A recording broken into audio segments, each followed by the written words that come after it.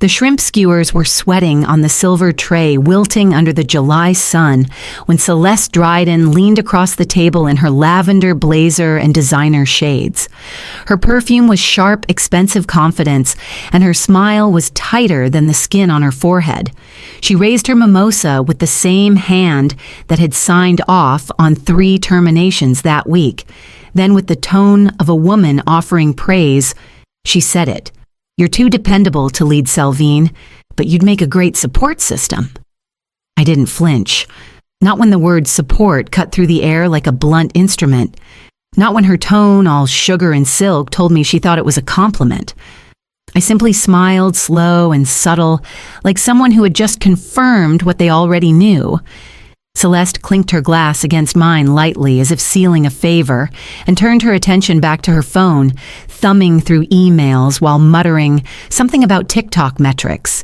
I sat still, cool. I stirred the melting ice in my drink and let the silence speak louder than her filtered monologue. Support system. The phrase rang in my ears with all the elegance of fluorescent lights humming in an empty office at midnight. I'd been her system for years. The person who fixed the decks she forgot to review ghost-wrote half the press releases and ran the quarterly reports when she was off-grid at breathwork retreats. But now that she'd married the founder's brother and stepped into a title I helped make look legitimate, she thought I was best suited to hold her ladder. I raised my mimosa and toasted her carefully to the future. She didn't notice the folded envelope in my other hand until I slid it across the table like a dessert menu. "What's this?" "My notice." Her lips parted, but no sound came. I didn't wait for one. I stood slowly, smoothed the hem of my linen dress, and nodded toward her untouched shrimp. "They're starting to curl. You might want to eat soon." Then I turned and walked away from the rooftop from the brunch from Celeste's curated illusion of power, leaving behind a smile, an envelope, and a fuse already burning beneath her chair. On Monday, I arrived precisely at 7:59 a.m., the same way I had for 7 years. Badge swipe, fluorescent hum, the faint smell of someone's burnt oatmeal lingering near the break room. I greeted everyone with a nod and a small smile, just enough to seem present, but not too warm. No one suspects an arsonist when she holds the door open. They thought I was wrapping up. A few sad glances.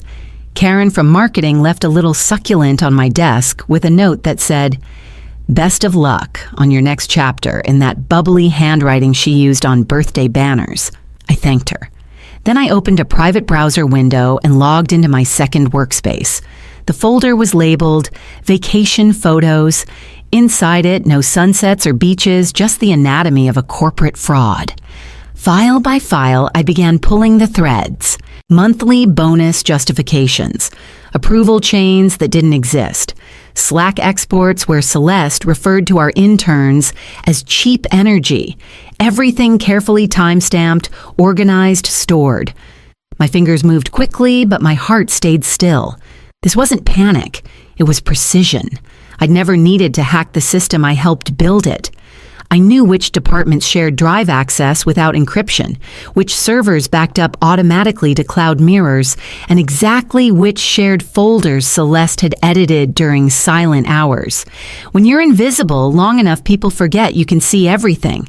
While the junior managers fumbled over Q3 budgets, I downloaded compliance checklists and scrubbed metadata from PDFs.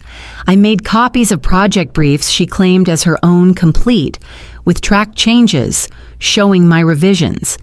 And when I came across the original draft of her restructuring memo, complete with cut and paste quotes from LinkedIn thought leaders, I smiled without malice. This wasn't about ego. It was about legacy. She wanted to erase mine. So I documented hers. By lunch, I had archived 2 years' worth of discrepancies and bundled them into a single password-protected drive, mirrored across 3 platforms. At 3:42 p.m., I changed the folder name from Vacation Photos to Dryden Proof, primary. And then I opened a new text window and scrolled to a number saved under Julie's vet. I never asked for favors. I banked them. Over the years, I'd written recommendation letters smoothed over late reports, covered meetings for people who'd forgotten to block their calendars, and I remembered everyone Celeste stepped on along the way, like Nora Atwell DevOps Lead, who once pitched a system overhaul Celeste publicly dismissed as too ambitious for a woman in flannel. I messaged Nora at 8:03 a.m. Need a quick favor? Admin access to the archive server, just an hour, quietly, no follow-up, no context. Nora replied with a thumbs up emoji and a temporary password within 10 minutes. Vincent Alston was trickier. HR compliance, soft-spoken, loyal to rules. His harassment claim had vanished under Celeste's reorg, filed then mysteriously lost. He'd never spoken of it again, but the bruise remained behind his professional tone. I brought him coffee, the oat milk kind he preferred, and sat in his cubicle like I used to during budgeting season. Just checking some files before I go. You still have access to personnel record logs. His jaw tightened. He nodded once. You'll need timestamp data and edit history, I said. He reached for his keyboard without a word. Then there was Kieran. Bright. Exacting. Intern turned analyst until Celeste told him in front of the whole team that he needed more polish and fewer opinions. He spent the rest of his internship on back-end testing. I found him buried in QA reports and offered a crooked smile. You ever get bored enough to trace packet activity through ghost logins? His face lit up like I'd offered him a match and a dark room.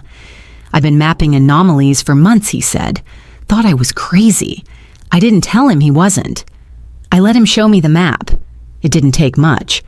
Just a nudge, a name, a reminder that I'd seen them, really seen them when no one else did. They didn't owe me a revolution.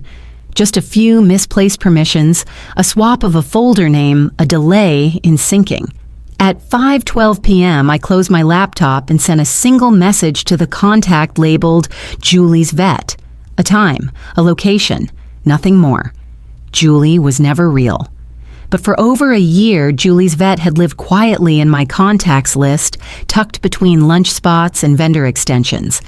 Dylan Dryden, Celeste's husband, co-founder's brother, and the only executive who ever once asked me if I wanted credit on a campaign I'd built from the bones up.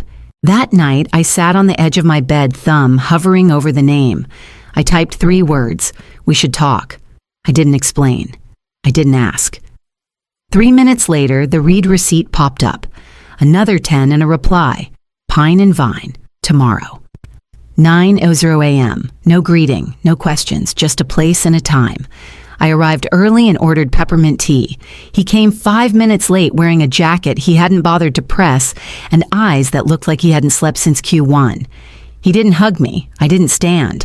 There was no small talk. Instead, I pulled a slim folder from my tote and slid it across the table like a detonation device in disguise. He flipped it open and went still. "Is this?" "Yours to verify," I said. "But the routing numbers don't lie, nor do the expense justifications." Page after page, he read in silence. Ghost interns, stipends, wellness reimbursements to non-existent employees, vendor payouts routed through shell names Celeste had vouched for personally. Every signature matched her login. Every approval came after midnight. When he reached the final tab, one labeled Wellness, 10,999 Anomaly. He stopped, pinched the bridge of his nose, and let out a sound that didn't quite qualify as a breath.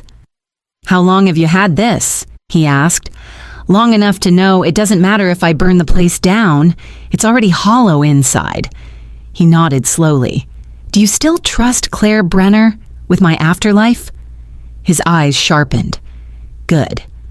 She's mine now." He didn't take the folder. He took a photo of it, closed the cover, and said, "I'll handle the rest." By the time I got home, I'd already received a system ping from Kieran. Celeste's file cache had synced again, only this time it wasn't just metadata I was collecting. The folder was black matte, unbranded. I'd chosen it deliberately, quiet authority, no theatrics. I slid it across the cafe table without a word. Dylan opened it the way people lift bed sheets in war zones, cautiously knowing what's underneath might change everything. He started with the first page. Payment routing summaries, shell company listings, reimbursements approved under Celeste's credentials, all disguised as wellness stipends and third-party vendor fees. The numbers weren't astronomical. That wasn't the point. It was the pattern. Clean enough to pass casual audits, dirty enough to crumble under pressure. He turned the pages slowly, his fingers pausing just long enough for the weight of each document to land. The hush between us filled with unspoken math. How many board members knew how many investors would walk? How long until legal got involved? When he reached the final chart labeled Dryden Ledger, anomalies, Q2, Q4, his posture shifted. Jesus, he murmured. No, I said. Just a woman who's tired of being wallpaper. He didn't laugh. He didn't protest. He simply leaned back, fingers steepled against his lips, and looked at me like he was trying to calculate just how long I'd been sitting in the walls of his company waiting. Why give this to me now? Because you're the only one with access to the fuse box. I'm just here with the matches. I didn't say it to sound clever. I said it because it was true. Do you want revenge? No, I said. I want accountability and leverage. You understand leverage, don't you? He nodded once. No emotion. Just quiet acknowledgement from a man who'd built empires on leverage and watched his wife turn one into a liability. He pulled out his phone, opened a secure app, and took 3 photographs, one of the ledger, one of the signature sheets, one of the summary labeled Conflict Pathways Dryden Celeste Overlap. You still trust Claire? He asked again. More than I trust silence. He slipped the phone into his coat and stood. You'll hear from me within 48 hours. He left the folder. He didn't need to carry it. That night, my secure drive registered 3 new access points each from an internal IP with C-level clearance. It started with a board deck. Celeste had spent the better part of a weekend polishing it, buzzwords lacquered in trend-chasing confidence. But when she hit send Monday morning, the version that reached the board wasn't the final one. It was an older draft. One with all her track changes exposed complete, with a comment next to a market projection that read, "This will impress the dinosaurs, add more exclamation points." She blamed IT. Then she blamed the intern. Then she locked her office door and demanded a system trace. By noon, her calendar had reset itself. Meetings vanished, reminders erased. When she double-booked a call with finance and an influencer summit, she screamed into the hallway loud enough for the admin team to flinch. Kieran sent me a screenshot of her Slack history. She had searched her own name 7 times in 2 hours, like she was looking for proof she still existed in the system. Meanwhile, the task automation bot she depended on had stopped tagging her entirely. Feels like the system's turning on me, she'd whispered to someone near the coffee machine. I could only imagine the strain behind that voice, the ragged disbelief of a woman who'd mistaken control for immunity. I sipped chamomile tea at my desk, eyes closed, letting the silence stretch. We hadn't hacked anything. There were no viruses, no malware, no laws broken, just a dozen minor sync errors, selectively delayed updates, a slide deck redirected through a shadow cache. Ghosts not in the machines, but behind them, people who owed me favors pressing the wrong button with perfect timing. Vincent in HR sent me a quiet ping. She called asking if the reporting chain for audits had changed. Said she couldn't see the usual folders. Tell her it's probably a permissions error, I replied. That afternoon, Celeste requested a system-wide diagnostic. I'd found nothing. But she kept looking over her shoulder anyway, as if she could feel the code crawling just behind her reflection. I let her spiral. The worst ghosts are the ones that never speak. The following morning, Kieran forwarded a new flag. Her primary login credentials had been used after midnight by someone logged in from her own IP. At 10:06 a.m., Dylan Dryden walked through the front doors of Zithra wearing a navy blazer and the expression of a man who no longer needed permission. He didn't stop at reception. He didn't smile. The manila envelope in his hand was unsealed, but heavy. The edges slightly crumpled from the pressure of his grip. HR was mid-meeting when he arrived. He opened the door without knocking. Four heads turned. Silence thickened. He said nothing until he reached the center of the room, then placed the envelope on the glass table like a final verdict. "This is for internal review," he said. "It concerns both corporate and personal misconduct. All source data has been independently verified." He didn't sit. He didn't linger. He turned and left, closing the door with the same care someone might use to seal a vault behind them. Inside the envelope, source S. Harlow, former Director Ops Integrity. Legal read in silence. Upstairs, Celeste was laughing at something one of the junior VPs had said about kombucha varieties. She wore white ironic, really, and her tone had that overcompensating brightness that always showed up when things were slipping just beyond her reach. She had no idea. By noon, 2 board members had been looped into a restricted chain. At 12:41 p.m., Vincent forwarded the file directly to the head of compliance. Kieran pinged me from a private Slack. She asked if I had access to the vendor ledger, said something wasn't syncing right. "Tell her it's probably just a caching issue," I replied. That afternoon, a subtle shift moved through the office like a tremor before a collapse. Celeste began checking her inbox every 10 minutes. When the printer jammed, she slammed her palm against it. When her call with brand strategy dropped mid-sentence, she cursed at the screen like it had insulted her ancestors. By 3:17 p.m., her assistant reported a system error when trying to access her bonus approval folder. The permissions had been changed. Again. This time by someone in legal. The audit began without an announcement, just a quiet reshuffling of access protocols and a shift in tone during leadership calls.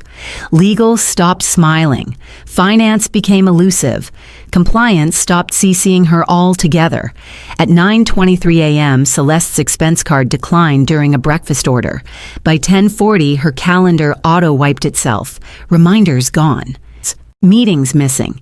An alert pinged her desktop. Audit folder, flagged items in queue. She messaged IT. No one replied. Then came the trigger. A folder she didn't recognize appeared on her desktop. It was titled Legacy Access, and it had 3 subfolders: Onboarding, History Conflict Logs, and Red Flags. All had last edit timestamps dated 4 days after I'd left the company. She stormed down to Tech Ops. Demanded a diagnostic. "No one accesses my files without me knowing," she shouted, voice sharp enough to make the new help desk intern flinch. The lead technician looked at her screen, then back at her. "Then someone knew your passwords?" he said, calm as glass. That's when she began to crack. She called 3 department heads into her office and accused them individually and collectively of coordinating against her. When one suggested HR be brought in for documentation, she shouted that there's nothing to document but sabotage. They left. Quietly. 2 of them forwarded the interaction to legal. Downstairs, Claire Brenner's office remained closed, but the lights were on, and the door now bore a brushed steel plaque, Compliance and Risk Strategy. Celeste didn't knock. She paced instead. Up and down the hall, eyes darting, jaw clenched. By 2:00 p.m., her Slack access froze. At 2:07, her inbox returned a permissions revoked notice. At 2:13, her bonus approval dashboard displayed a red banner, audit hold pending review. I didn't need to watch it happen. I already knew the rhythm. I'd built the system. I knew exactly how long the wheels would take to turn. And when they did, no one had to push. They just had to stop catching her fall. That evening, I received a voicemail from Dylan. Short, quiet. She knows. I'll see you tomorrow. Bring everything.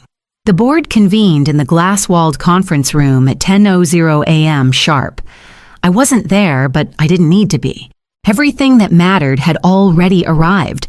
Packets, logs, screenshots, transcripts. Truth had become deliverable. Celeste arrived 7 minutes late, heels sharp against the tile blazer slightly askew. She didn't sit. She stood in front of the room like it owed her something and launched into a performance, half apology, half indignation. "This is absurd," she said. "You're all swallowing rumors like gospel. This is political. It's personal. It's desperate." The chairman didn't blink. Neither did the board. One of them clicked on a tablet, another started recording. "I've streamlined this company," she went on. "I've eliminated waste rebuilt branding from the ground up, brought visibility to a stagnant sector." She slammed a folder on the table. No one touched it. "This is a coordinated attack. You know it, and whoever's behind it." The door opened. Claire Brenner stepped in, composed as always, file in hand, blazer the color of warning. Her name now appeared in brushed steel just outside the room where Celeste's executive innovation suite had once lived. She didn't sit either. "Ms. Dryden," she said, voice flat, "would you like to discuss your exit strategy?" The air shifted. Celeste blinked. "Excuse me." "Per board directive." Claire continued. "We're reviewing misconduct evidence sourced from internal logs and cross-referenced with your personal credentials." Celeste turned to Dylan. He didn't look up. His hands rested quietly on the armrest, one finger tapping against a chart labeled Expenditures, Q3 Irregularities. "You're siding with her?" Celeste hissed.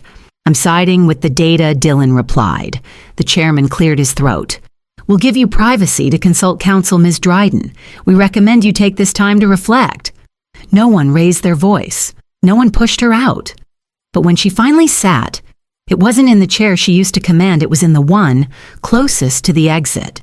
Claire handed me the updated compliance directive an hour later. It bore my initials. The transition was already live. I took it with one hand and reached for my phone with the other. There was one call left to make. The new office wasn't large, but it had windows, real ones. Sunlight spilled in mid-morning and made the wood floors glow like possibility. Downstairs, a coffee shop played Ella Fitzgerald on vinyl. No keycards, no fluorescent buzz, no curated leadership values printed on walls no one read. I unpacked slowly. A single box, a plant I hadn't named, a framed photo of my father who once told me, "Let them call you unremarkable, then quietly own the whole damn room." The desk still smelled like fresh varnish. Later that week, I received the offer from Arkeson, a boutique firm Celeste used to call a branding farm for washed-up strategists. Their terms were generous. The bonus had more zeros than my last 2 performance reviews combined. I didn't negotiate. I didn't need to. I adopted a cat. Named her Spectra. She didn't sit on laps. She watched from the windowsill like she'd seen things collapse before. That evening, I brewed a cup of coffee, strong, bitter, no cream, and stood by the window as the city folded into dusk. Street lamps clicked on. The horizon blurred. Then I picked up my phone, opened a private recording app, and played the message one last time before sending it. "You were right," I said. Voice measured each syllable precise. I wasn't executive material. Pause. I was something worse. Click. No follow-up, no explanation, just silence. It landed in her inbox at 11:14 p.m., time-stamped, encrypted, and untraceable. I turned off the light and leaned back into the quiet. There was nothing left to prove, no titles to reclaim, no crown to steal. I didn't want her throne. I wanted her to feel what it's like to lose the scaffolding she never saw until it was gone. Upstairs in the shared drive of a company that once forgot my name, someone removed her access for good. They didn't ask why. Some ghosts don't haunt.